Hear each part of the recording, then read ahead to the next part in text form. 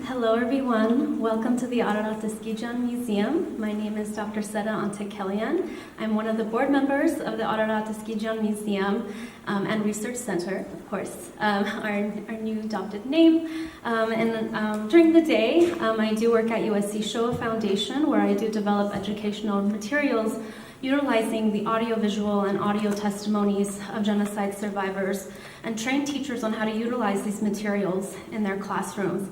And today I'm so honored to introduce and celebrate with you all the launch of the book, The Mayor of Inebolu, written by Alice Ketabgian with her daughter, Dr. Tamara Ketabgian. And as we celebrate and learn more about this amazing, remarkable story, I will be honest, I could not put the book down. I was very much into this book, and by the end, I was just a believer in the power of divine intervention and the fact that some stories refuse to be lost to time. And so with that, I do welcome you all today and invite you all into today's remarkable program where we will have a conversation with our authors, invite them to provide some acknowledgments, a reading from the book. And before I do that, I definitely want to go ahead and highlight our authors and a little bit more about them. And so with me, as I read their biographies, I welcome you all to follow along with me in the program. So I'm going to go ahead and start with Alice Ketabgian, who was born and raised in Istanbul, Turkey. She is a descendant of survivors of the Armenian genocide. She received her childhood education from Armenian Uchinyan Elementary School in Karakoy, followed by a high school education at Üsküdar American Kids Lycée in Üsküdar. Upon arrival in Southern California in 1962, she attended Laverne College for 2 years and then transferred to UCLA to receive an MS in Human Psychology from the School of Medicine in 1968. When her younger child was 2.5, she started attending Cal State LA in the evenings, eventually completing the requirements to practice as a registered dietitian. After working as a clinical dietitian in her husband, Dr. Gregory Ketabgian's internal medicine office in Pasadena for several years, she became the office manager and functioned in that capacity for the following 25 years until their retirement in 2004. In this office, she and her husband served many waves of Armenian immigrants escaping upheaval in the Middle East and Soviet Armenia. In 2016, avid readers published her book, Life in Istanbul, One Family's Odyssey. Previously, she has translated Ane Anam of Fethiye Çetin to English in 2006. An account of her pilgrimage to historic Armenia was also published in the Armenian Observer the same year. I will say that not only will The Mayor of Inebolu be on sale in the back, but also Life in Istanbul will also be in the back for sale, and proceeds from The Mayor of Inebolu will be going to the museum. I also want to provide you with with a biography about Dr. Tamara Ketabgian. Dr. Ketabgian is the daughter of Alice and Gregory Ketabgian and is also professor of English at the William and Gail Kefir Chair of the Humanities at Beloit College, a small liberal arts college in Wisconsin. She received a BA in English and Fine Arts from Harvard University, a PhD in English at Princeton University, and is the author of The Lives of Machines, The Industrial Imaginary in Victorian Literature and Culture, published by the University of Michigan Press, and various essays on science fiction, environmental studies, and 19th century literature and science. Her research has been recognized by awards from the American Council of Learned Societies and the American Philosophical Society and the North American Victorian Studies Association. In addition, she has been active in promoting the public humanities, most recently through the NEH-funded community reading project on Ursula K. Le Guin. She maintains a lively interest in fiction and life writing about the Armenian experience. And so with that, now I would like to present the next part, the beginning of our program, with a performance by the daughter of Dr. Ketabgian, Beatrice Yud, who will hear from 2 songs. While she cannot be here today, we'll be listening to an audio performance by her, and we'll listen to the musical performance of Ansra Yegov and Ach Nare Nare. Followed by this, we will have again remarks by Ms. Alice Ketabgian, followed by again a reading by Dr. Ketabgian of the book, and a special Q&A with our authors to learn more. And concluding today's program will be a reception. So we invite you all to stay until then and hope that you enjoy today's program.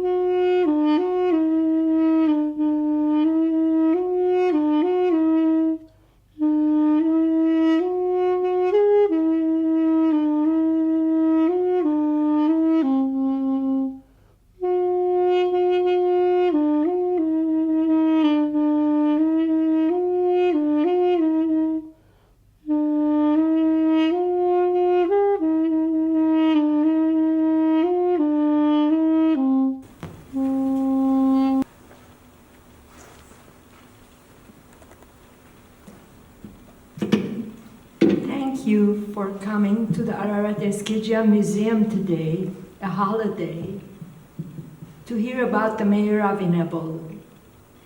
I especially thank Maggie Mangasarian Gochin for inviting the special group of intellectuals and academicians to the museum throughout the years. Listening to their lectures and reading their books gave me the historical background that enabled me to write this book.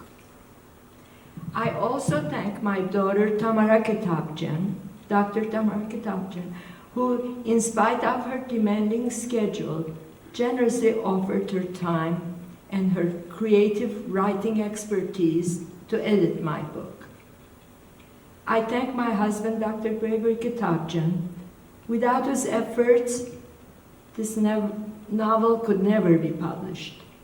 He gained a great deal of expertise in formatting, licensing, and publishing to bring this book to fruition. I tried to put everything into this novel: love stories, tragedies, intermarriage, PTSD, celebrations rich with Armenian food, and most importantly, unexpected acts of kindness. I hope you enjoy this story.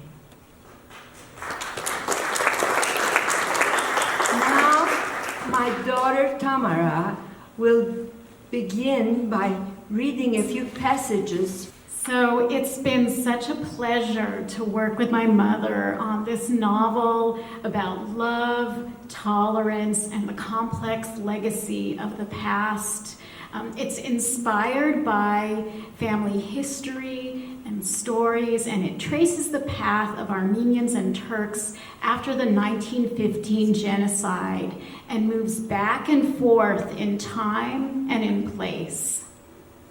My reading, as Dr. Seda mentioned, will be followed by a Q&A with a question and answer with Alice, and then opening up Q&A for all of you and a reception downstairs at the museum. So let me set the scene.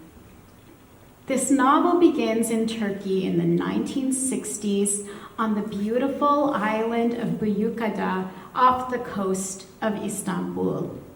And it starts with a mystery. Chapter 1. For the last few days, everyone on the island had been talking about the news. Adnan Demirel, a 50-year-old Turkish professor, had been beaten into a coma. Why on earth would anyone do that to such an honorable man? They'd asked.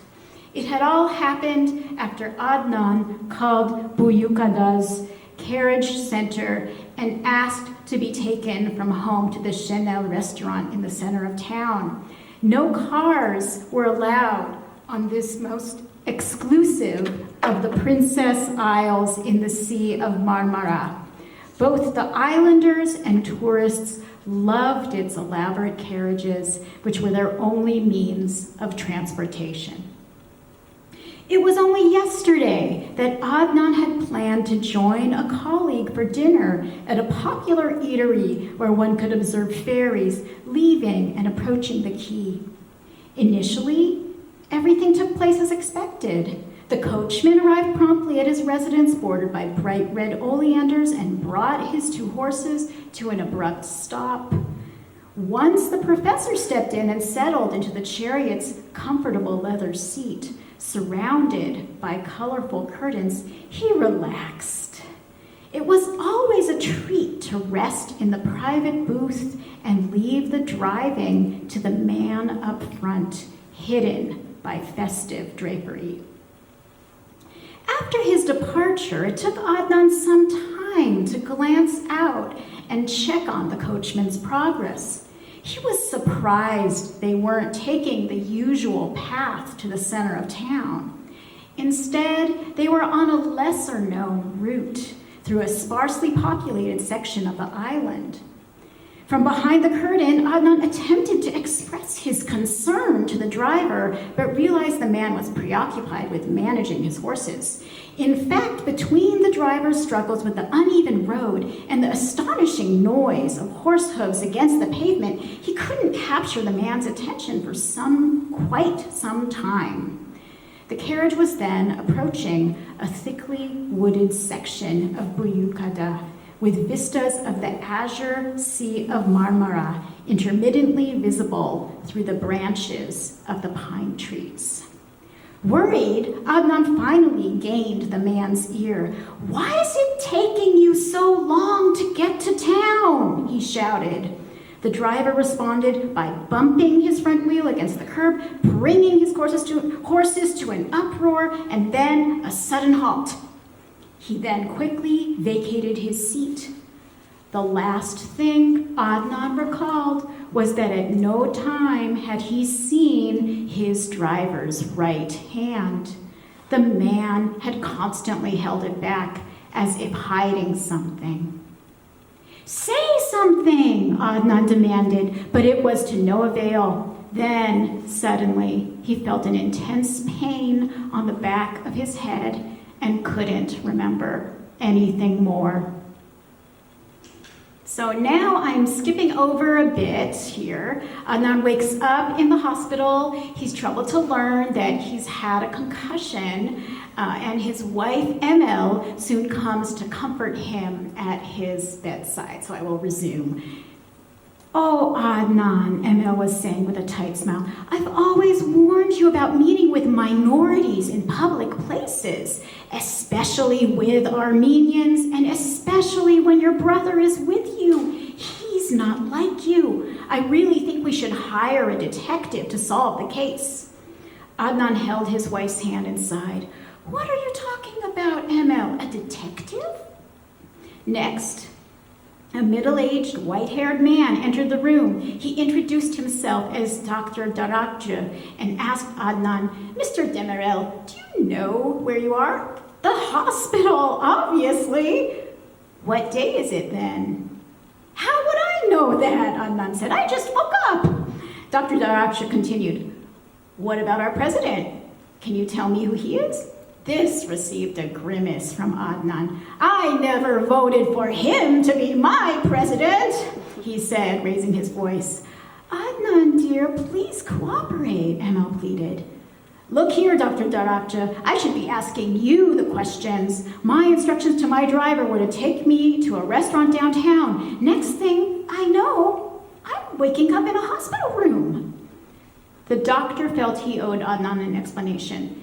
Mr. Demirel, after you got out of the carriage, someone from behind hit your head with a heavy object and knocked you unconscious. That's why you have no memory of the events that evening.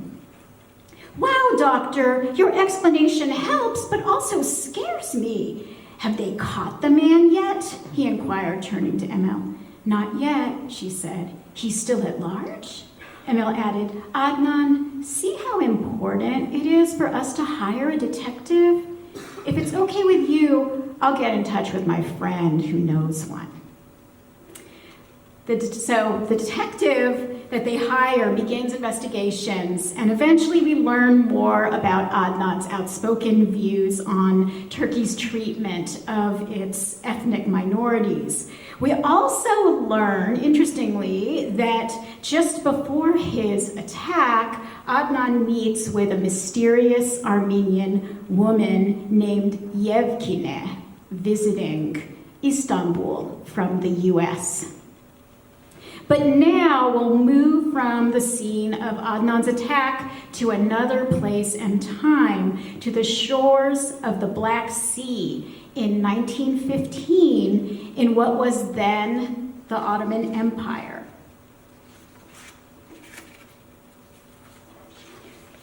What is the connection between these two stories? Between Büyükada in 1960 and Inebolu in 1915? This is the central question that the novel, The Mayor of Inebolu, explores. And so now I'm skipping over a few chapters to the Black Sea in 1915, or right around then. During the late 19th century, an Armenian family, the Balyans, lived in the town of Kastamonu near the Black Sea.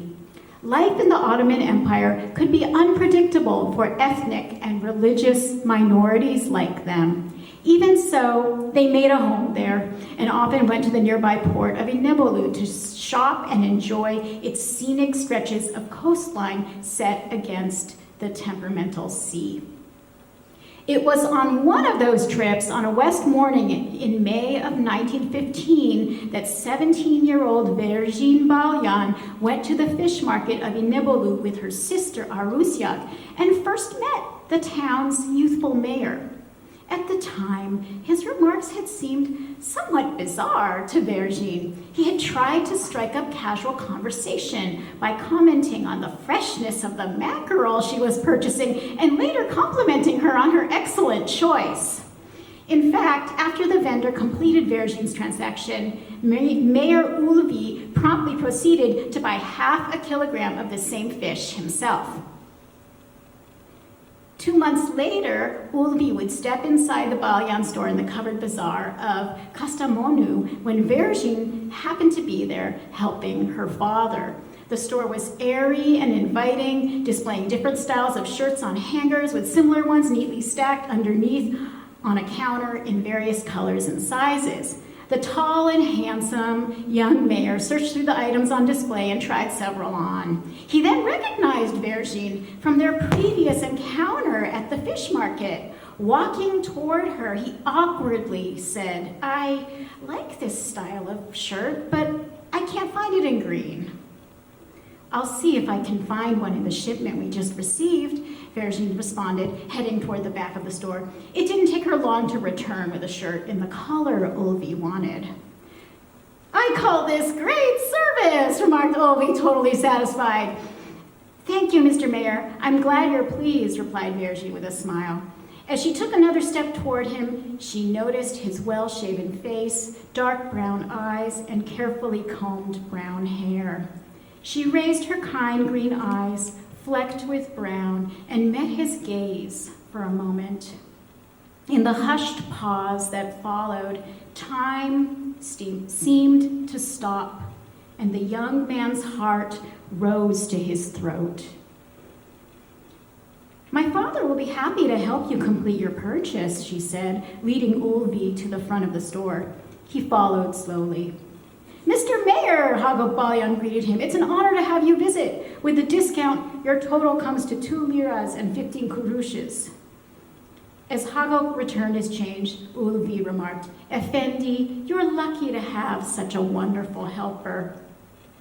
Although falling in love was the last thing on his mind when Ulvi stepped into the Balyan store, Vergine's gentle voice, captivating eyes, and warm smile had instantly charmed him.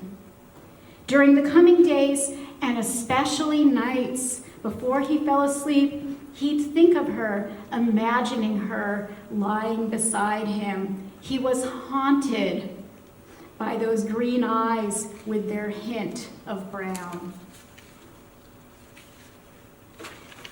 After mulling it over for a few weeks, he decided to take action. He asked his younger brother, Karim, to stop by the Balyan store near closing time to make a small purchase and inconspicuously follow Vergine to find out where she lived.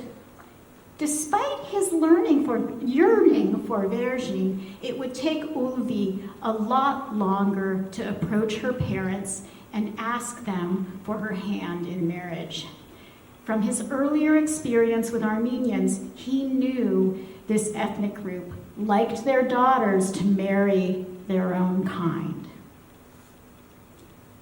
So when Ulvi at last reaches out to the Balyans, their situation and that of other Armenians in Kastamonu has taken really a significant turn for the worse, with Turkish orders made for their deportation to the Syrian desert.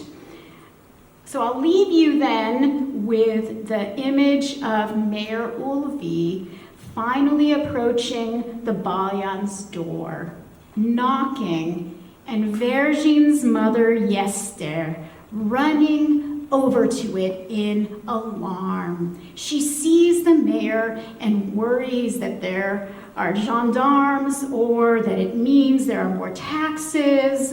Hurry and open the door, Yester, her husband Hagop tells her anxiously. Don't make him wait. And with that, I'm afraid that I will make us wait. I hope that you'll read the rest of The Mayor of Inebolu to learn what happens next. A few moments to hear once again from the novel's author, Tamara Ketabgian. I'll ask her a few questions about the book's inspiration, and then we'll open up to questions from the audience. So thank you.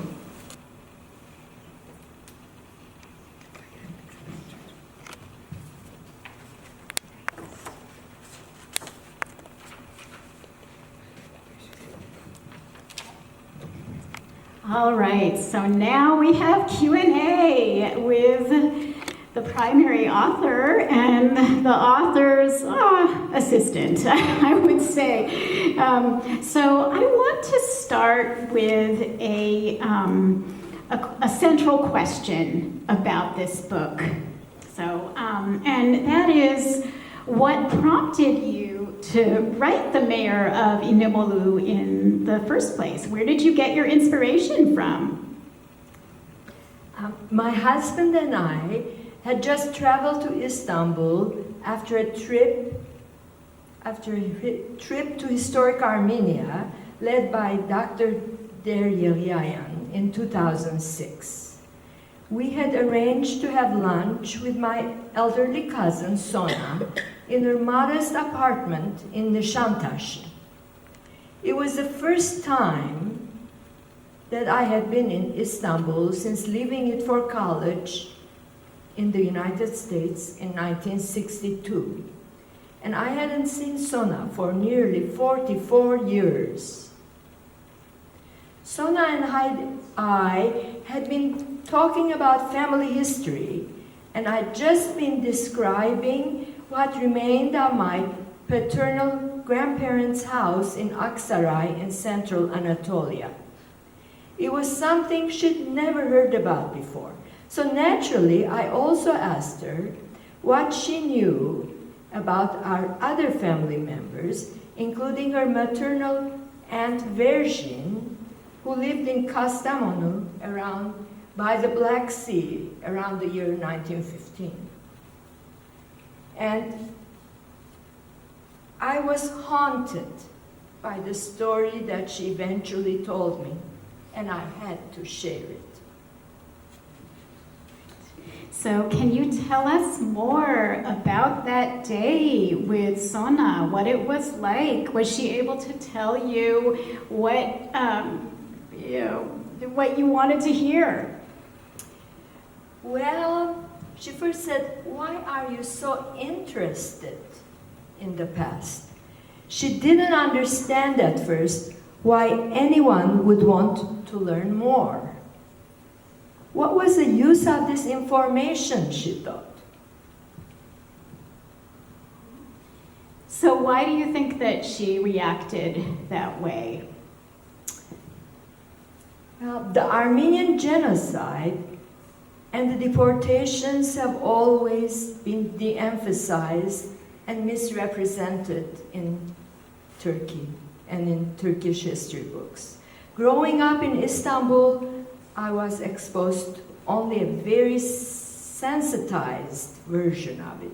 So my cousin, who had lived all her life in Turkey, had no access to an accurate account. Wouldn't Sona's parents have told her something about the genocide? Well, not necessarily. In Turkey, Armenian parents would mostly avoid talking about the genocide with their children. The subject was so deeply painful to them, and of course, they were afraid that if they went to school and mentioned it at school, they would all get into trouble. Yeah. But I imagine that still Sona's parents said something about the family history, things really specific to their family. Yes, they did, but only in the strictest of confidence. The story was almost an unspeakable secret, associated with so much shame and trauma. Sona herself pieced it together only after many years of references to a mysterious aunt in France. Why do you think that Sona finally told you what she knew? Once she realized how much information meant to us, she didn't hold back. After her silence all those years, our questions must have served as that loose thread in an ancient tapestry. The story of her beautiful Aunt Virgin just poured out of her. So she said it just poured out of her.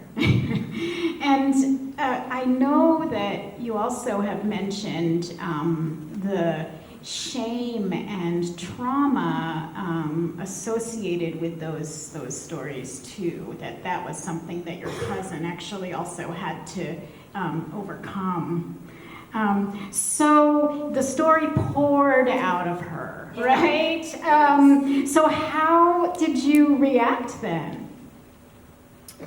I was stunned and fascinated. My husband Greg said to me, "Alice, get your pencil and paper and take notes." What struck you most powerfully about the story that you then heard from Sona? Several things. One was that around 1915, the political environment in the Ottoman Empire had deteriorated, and the entire Armenian population was being targeted and deported to the Syrian desert. Even from the neutral province of Kastamonu, which did not have a significant Armenian population. It was such a massive and systematic effort to erase an entire people. Now, you mentioned several things really struck you. What was another one? What were other things? Her story is made up of deeply emotional relationships. Major part of the novel unfolds in Kastamonu and Inebolu, which is its port on the Black Sea. It's there that the town's young Turkish mayor falls in love with Verjin, 18-year-old Armenian woman, and wants to marry her. It's a complicated situation, unfolds right when Verjin's family faces the threat of a long and dangerous deportation to the Syrian desert.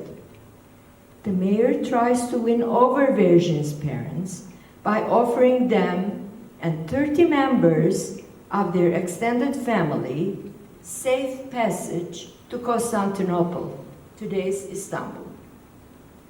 This part of the story is very close to what Sona told me.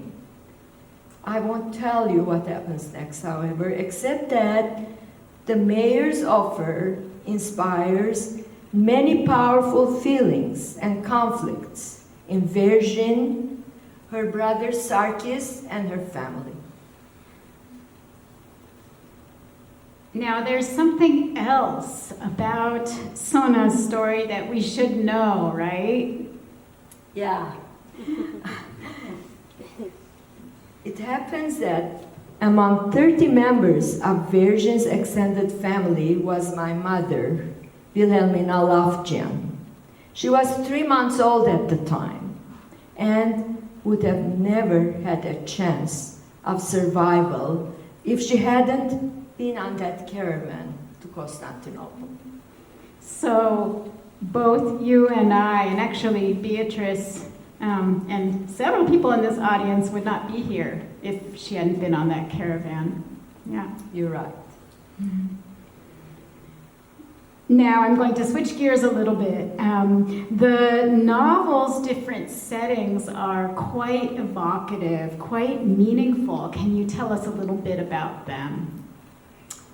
As you already heard, the mayor of Inebolu starts on the most scenic island among the Princess Isles on the Sea of Marmara, Büyükada. It's a stunning vacation spot, and we spent time with the characters in the island's exclusive Anadolu Club, which is famously built by Mustafa Kemal Atatürk and carved out of the island's native rock. I already mentioned the Black Sea, both Inebolu and Kastamonu. In my opinion, those locations are the most haunting and beautiful ones, but we also traveled to Scutari in Constantinople and later to France, to Saint-Étienne and Lyon. Even the US makes an appearance, with later generations traveling to New Jersey and New York City. So that's a lot of travel. Why do you think you focused so much on traveling?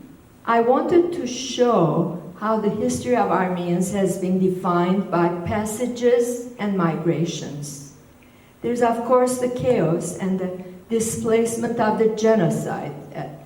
At one point, Verjin's brother Sarkis says that he'll always be an exile, that after all of the upheaval he has experienced, he'll never feel a true sense of belonging anywhere. But for other characters in the book, there's a constant effort to try to find home and to recover precious relationships, The book opens and ends with the journey of a new generation trying to make sense of the past. Its return to the island of Büyükada contributes to a powerful surprise ending. So overall, how much of the story is true and how much of it is your own creation? You mentioned this a little bit, but I want to hear just a little bit more. Virgin's life, both in Kastamonu and her travels afterward, are quite close to what happened in her real life. Later on, however, I used my imagination to develop the story further, especially when writing about Virgin's descendants and some of the Turkish characters. So, last question. This is about your broader social and emotional goals in writing this novel. I imagine that your role as a descendant, as the descendant of a genocide survivor, must play a part here. What were you trying to accomplish? First of all, I felt I had to preserve and share Aunt Virgin's story for posterity. Second, I wanted everyone to know that there were also some good Turks that saved Armenian lives during the genocide in 1915. We have to remember the complexity of those times, the terrible violence and the trauma, as well as the generosity and caring of people like the mayor of Inebolu. I tried my best to make these experiences come alive through dialogue, conflict, and friendship among my Armenian and Turkish characters. Lastly, I feel good about the fact that the mayor of Inebolu ends on a positive note about looking forward towards the future. And so we will end the Q&A on that note between my mother and myself, looking positively toward the future. And I just want to give Alice a hand in particular.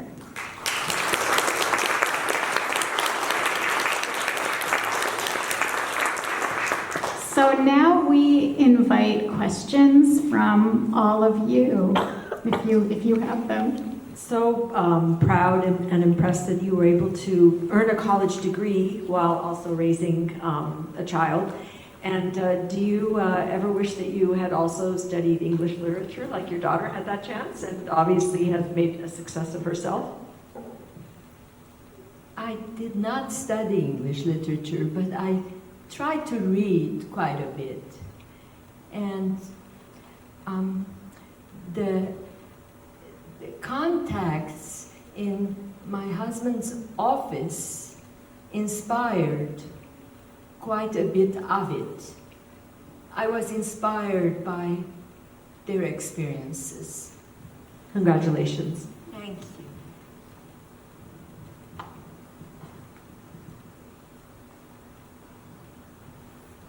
I have a question. I don't really know.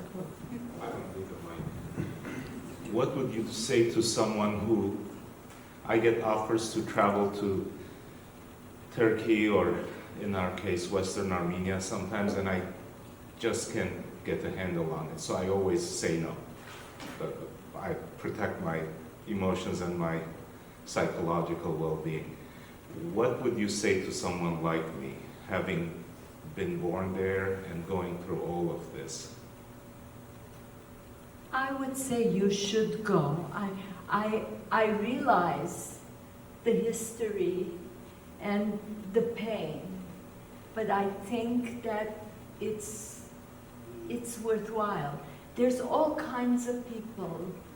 Ones like the mayor of Inebolu, and then others that will never accept history as it really happened. I would encourage you to go. I know it's painful, but we managed to do it and we were not sorry.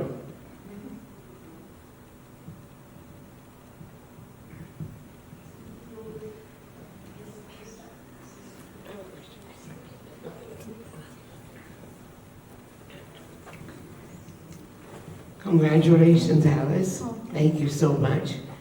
You know, me being here for a long time, I read so much stories about genocide, and my father was a survivor as well. But reading your book, it took me about 8 hours, and I had to finish it that day. I had to leave everything behind because it was fascinating. And then how you canvassed it, the journey of each individual. How were you able to, well, first of all, two parts to it. How long it took you to write the book? Because it's not easy emotionally. And then how traumatized were you? There would be days, I'm sure, that you couldn't write, you couldn't think. How were you able to manage it? Thank you. It sort of took something like 20 years. The time that we did go on that historical trip to historical Armenia helped.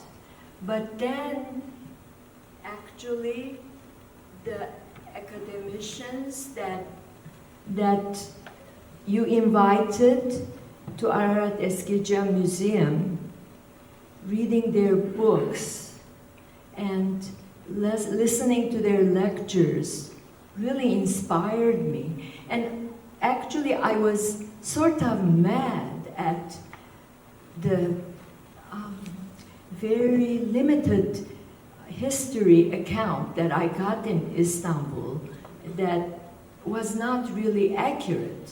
And so all that influenced quite a bit. And my first experience, when I really realized the impact, the powerful impact of it all, was at UCLA. It was the 50th anniversary of the Armenian genocide. And when I got out of that Armenian club, hearing all this for the first time, I felt I had to do something about this eventually.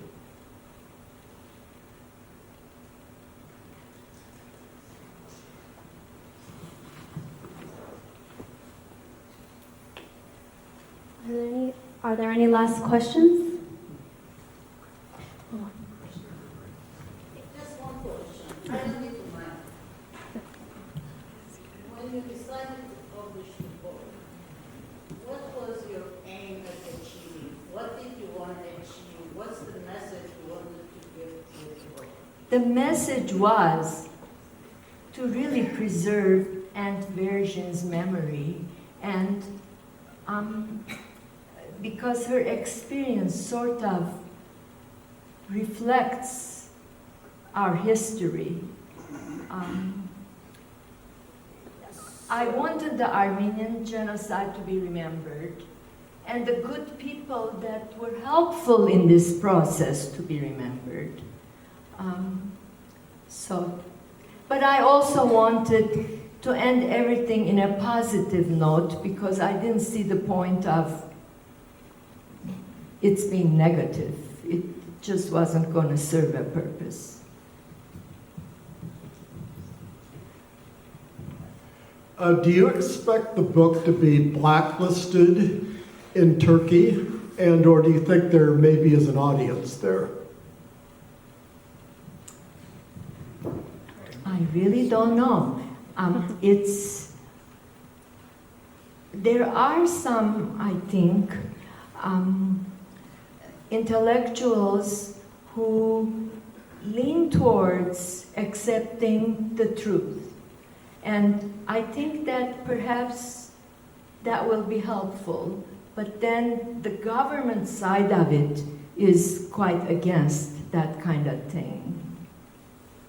By the way, thank you for coming, Dr. Miller and Lorna. I know you have done a great deal in the area of genocide and to preserve the memory of all those people some of who have actually visited our offices and have shared their experience with us. Some of the interviews were actually done here at the Ararat I hope.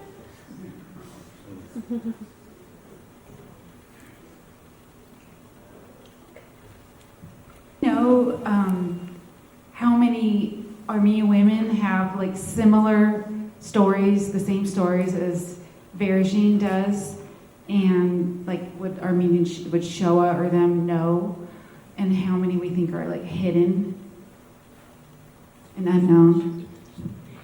Actually, Maggie herself was telling me that someone approached her with similar experience.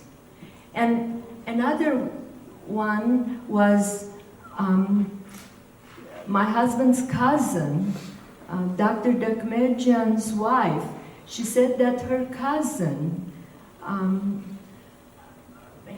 was forced to marry a Turk, and later they tried to rescue her and return to her parents, but she had had children and family and just couldn't see that happening, and she refused. So there are these kinds of experiences. I wouldn't be surprised.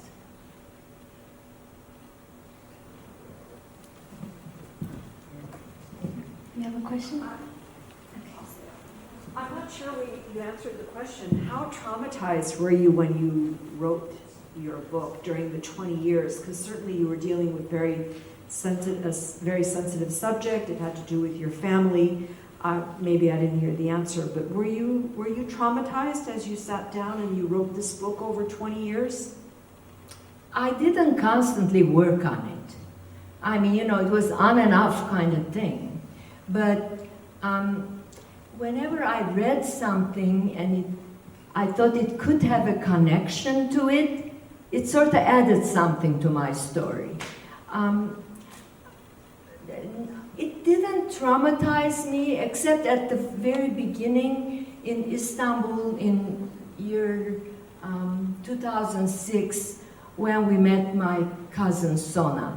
That time, I was really influenced by the story, and maybe it did make me start to think about writing about it. If I can add too, just as an observer, she talked about it constantly. And so I feel that in a way she was kind of working through it by always talking about it. And I can remember my daughter, the one who played the Duduk, Beatrice, saying, she was visiting grandma, going on a walk with her, and she said, every time we go on a walk, I always hear about Verjin. It's always Verjin. So I feel like it was almost, a bit therapeutic or transformative to tell the story and write it. That's my theory. All right. Well, thank you so much, Alice and Tamara, for sharing, telling us more about this remarkable story. And I hope that this program has encouraged you and inspired your curiosity to pick up a book and get started on your reading. And just to also share and respond to the question of whether or not to go to historic Armenia, Western Armenia. I recently went this past summer. And it was one of probably the best decisions I've ever had of my life, after hearing stories of survivors and from my own family stories, and seeing the visuals, being there, even though some of them, outside of Istanbul and Eastern Turkey is in ruins. The way I viewed it is that me and my group, we brought light to the spaces where there was no more, right? And so with that, we continue to inspire and preserve the memory of our ancestors, of our own families, and continue to share that light with others as well. So with that, thank you again for bringing the story and inviting us into the room. So please come, we invite you you all to ask more questions and get to know our authors downstairs at our reception, and we'll see you there. Thank you so much for coming.